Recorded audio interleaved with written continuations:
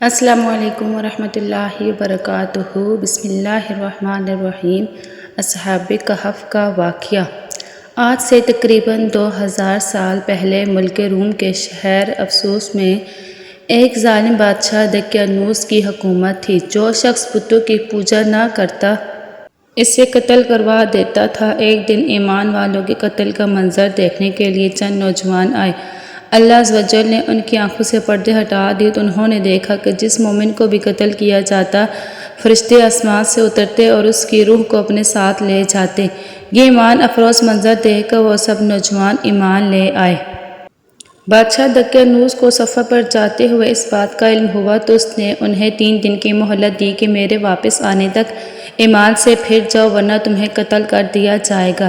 تیسرے دن یہ صاحب ایمان نوجوان کچھ مال لے کر رات کے وقت شہر سے رخصت ہو گئے۔ راستے میں انہیں اپنے خاندان کی بکریاں چرانے والا ایک چرواہا ملا جس سے انہوں نے اپنا ماجرا بیان کیا اور اسے بھی ایمان کی دعوت دی۔ چرواہے نے ایمان قبول کیا اور ان کے ساتھ شامل ہو گیا۔ چرواہے کا رکھوالی کرنے والا کتا بھی ساتھ ہی چل پڑا۔ یہ سب سفر کرتے کرتے صبح کے وقت شہر سے تقریباً 6 میل دور ایک غار میں پہنچے اور کھانا کھا کر سو گئے۔ یہی وجہ ہے کہ انہیں اصحاب کہف یعنی غار والے کہا جاتا ہے۔ بادشاہ دقیانوس کو سفر سے واپسی پر اصحاب کہف کے غار میں پناہ لینے کا پتہ چلا تو اس نے غار کے منہ پر دیوار بنوا دی تاکہ وہ بھوک اور پیاس کی وجہ سے یہیں انتقال کر جائیں اور یہی غار ان کی قبر بن جائے۔ جس حکومتی ملازم کو یہ کام دیا گیا اس نے اصحاب کہف کے نام، تعداد اور ان کا پورا واقعہ عمدہ قسم کے سیسہ سے بنی تختی پر لکھوایا اور اسے تانبے کے ایک صندوق میں بند کر کے دیوار کی بنیادوں میں رکھوا دیا۔ اصحاب کہف تقریباً 300 سال تک مکمل سوئے رہے۔ اس دوران کسی بھی آواز کے سبب ایک لمحے کے لیے بھی بیدار نہ ہوئے۔ اس عرصے میں کئی بادشاہ آئے اور گئے، یہاں تک کہ ایک نیک دل بادشاہ کی حکومت آئی۔ اس زمانے میں کئی فتنے اٹھے جن میں سے ایک یہ بھی تھا کہ مرنے کے بعد دوبارہ زندہ ہونے اور قیامت آنے کا کچھ لوگ انکار کرنے لگے تھے۔ اس نیک دل بادشاہ نے یہ حالت دیکھ کر بارگاہ الہی میں فریاد کی، یا اللہ عز و جل کوئی ایسی نشانی ظاہر فرما جس سے لوگوں کو مرنے کے بعد دوبارہ زندہ ہونے اور قیامت آنے کا یقین ہو جائے۔ چنانچہ اللہ عز و جل نے بادشاہ کی دعا یوں قبول فرمائی کہ ایک چرواہے نے اپنی بکریوں کے آرام کے لیے اس غار کو چنا اور لوگوں کے ساتھ مل کر غار کے منہ پر بنی دیوار کو گرا دیا۔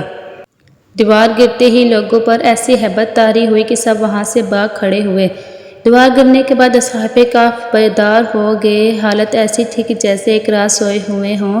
چہرے تر و تازہ اور کپڑے بالکل صاف ستھرے تھے۔ نیز ان کا کتا غار کے کنارے کلائیاں پھیلائے لیٹا تھا۔ اصحاب کہف صبح کے وقت سوئے تھے۔ جب اٹھے تو سورج ڈوبنے میں کچھ وقت باقی تھا۔ انہوں نے نماز ادا کی اور اپنے ساتھی کو کھانا لانے کے لیے بھیجا۔ ان کا ساتھی یملیحا ایک تندور والے کی دکان پر گئے اور کھانا خریدنے کے لیے دقیانوسی دور کا سکہ دیا۔ صدیوں پرانا سکہ دیکھ کر بازار والے سمجھے کہ ان کے ہاتھ کوئی پرانا خزانہ آ گیا ہے۔ وہ یملیحا کو حاکم کے پاس لے گئے، اسے پوچھا خزانہ کہاں؟ یملیحا بولے یہ خزانہ نہیں ہمارا اپنا پیسہ ہے۔ حاکم کہنے لگا یہ کیسے ممکن ہے؟ یہ سکہ 300 سال پرانا ہے، ہم نے تو کبھی سکہ نہیں دیکھا۔ یملیحا بولے دقیانوس بادشاہ کا کیا حال ہے؟ حاکم بولا آج کل اس کا نام کا کوئی بادشاہ نہیں ہے، سینکڑوں سال پہلے اس نام کا ایک کافر بادشاہ گزرا تھا۔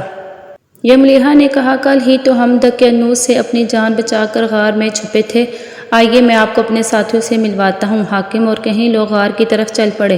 غار میں موجود اصحاب نے جب لوگوں کی آواز سنی تو سمجھے کہ یملیحا پکڑے گئے ہیں اور دقیانوسی فوج انہیں بھی پکڑنے آ رہی ہے۔ یملیحا نے غار میں پہنچ کر ساتھیوں کو ماجرا بتایا۔ حاکم نے غار کے کنارے صندوق دیکھا تو اسے کھلوایا، اندر سے تختی ملی جس پر اصحاب کہف کا حال لکھا تھا۔ حاکم نے یہ خبر بادشاہ بیدقروس تک پہنچائی، وہ بھی آ گیا۔ اس نے اصحاب کہف کا حال دیکھ کر سجدہ شکر کیا کہ اللہ عز و جل نے مرنے کے بعد زندہ ہونے اور قیامت کا یقین دلانے کے لیے نشانی عطا فرما دی ہے۔ ایک قول کے مطابق اصحاب کہف کی تعداد 7 تھی جن میں ایک کتا بھی شامل تھا اور کتے کا نام قطمیر تھا۔